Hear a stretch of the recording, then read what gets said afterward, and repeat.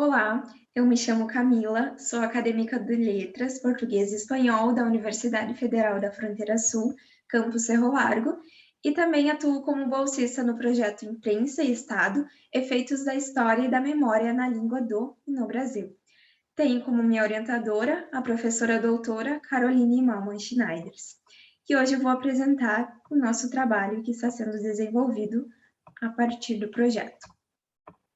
A pesquisa intitula-se O Discurso Jornalístico e os Efeitos e Sentidos sobre a Língua Portuguesa. Dessa maneira, nós trataremos, na seguinte pesquisa, dos efeitos e sentido produzidos a partir da língua nacional em determinado jornal da época.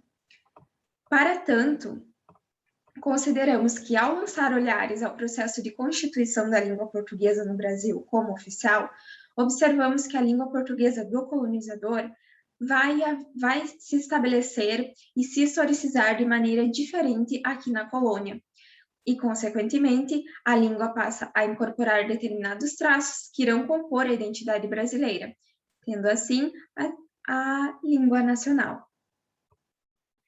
Nesse sentido, conforme as palavras de Orlandi, em seu livro Língua e Conhecimento Linguístico, a partir da noção de formação discursiva, onde a autora afirma que a partir dos discursos, podemos perceber que se fala a mesma língua, porém de maneiras diferentes. Paralelamente, podemos fazer uma referência ao pensar a língua portuguesa de Portugal e a língua portuguesa do Brasil, onde os processos de historicização se deram de maneiras diferentes. Portanto, falamos a mesma língua, porém de maneiras diferentes. Os nossos objetivos serão principalmente refletir sobre as representações em torno da língua do e no Brasil entre os anos de 1950 e 70, discutindo o modo como as políticas linguísticas da época afetaram e determinaram as relações entre as línguas no espaço de enunciação brasileiro. Para tanto, ancoramos-nos nos pressupostos teóricos e metodológicos da análise de discurso da linha pechetiana, articulando-a com a história das ideias linguísticas. E dessa forma, o nosso dispositivo teórico e metodológico, com base nessas dois campos teóricos, terá como enfoque um olhar voltado para a determinação histórica e ideológica do processo discursivo. Nosso corpus de pesquisa constitui-se, então, da seção do jornal, intitulada Hora Pedagógica, a qual teve circulações entre os anos de 1958 e 59 no jornal O Cerro Largo.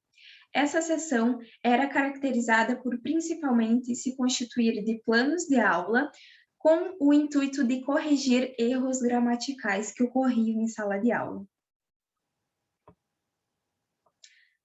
Um pouco dos nossos resultados até então. Trabalhamos com a perspectiva do recorte discursivo, onde fazemos recortes discursivos da seção Hora Pedagógica e, a partir daí, temos um parâmetro para análise.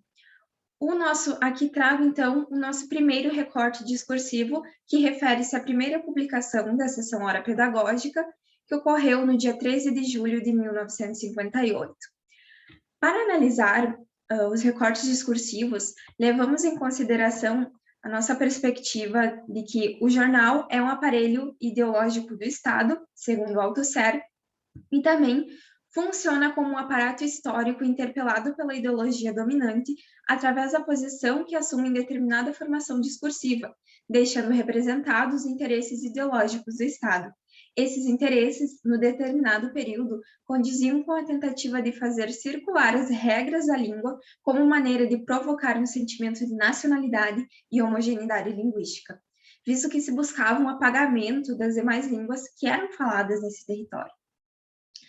Então, com relação ao nosso primeiro recorte, observamos que essa seção que recortamos foi pioneira e, para tanto, torna indubitável o objetivo de tal coluna, corrigir erros gramaticais.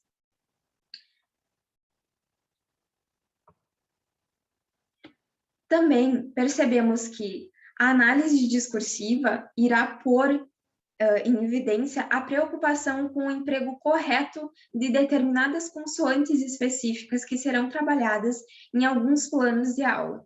Considerando que a região de Cerro Largo foi demarcada por processos imigratórios alemães, associamos essas consoantes a dificuldades que os alemães, o povo alemão, tem de diferenciá-las. Então, aqui temos uma base bastante forte para trabalhar com essa questão. Também salientamos, conforme as palavras de Medeiros e também mais adiante Guimarães, que a prática de expor, a partir dos jornais do século XX, as questões relacionadas à língua era bastante recorrente. Então, percebemos como o jornal Cerro Largo também se observava essas questões. Dessa maneira, há a tentativa de um silenciamento dos deslizes da língua nacional a partir do imaginário de língua, que, conforme Medeiros, ele é criado e se vincula através do jornal, que contribui para institucionalizar um saber sobre a língua e regulamentá-la. Concluímos, portanto, que o jornal Cerro Largo serviu como um aparato de sustentação da língua imaginária, na medida em que contribuiu para o apagamento das demais línguas que circulavam no território, a partir da materialização das regras da língua portuguesa. Gostaria de agradecer pela atenção e pela disponibilidade desse momento de fala. Deixo o meu contato e apresento as minhas referências. Muito obrigada.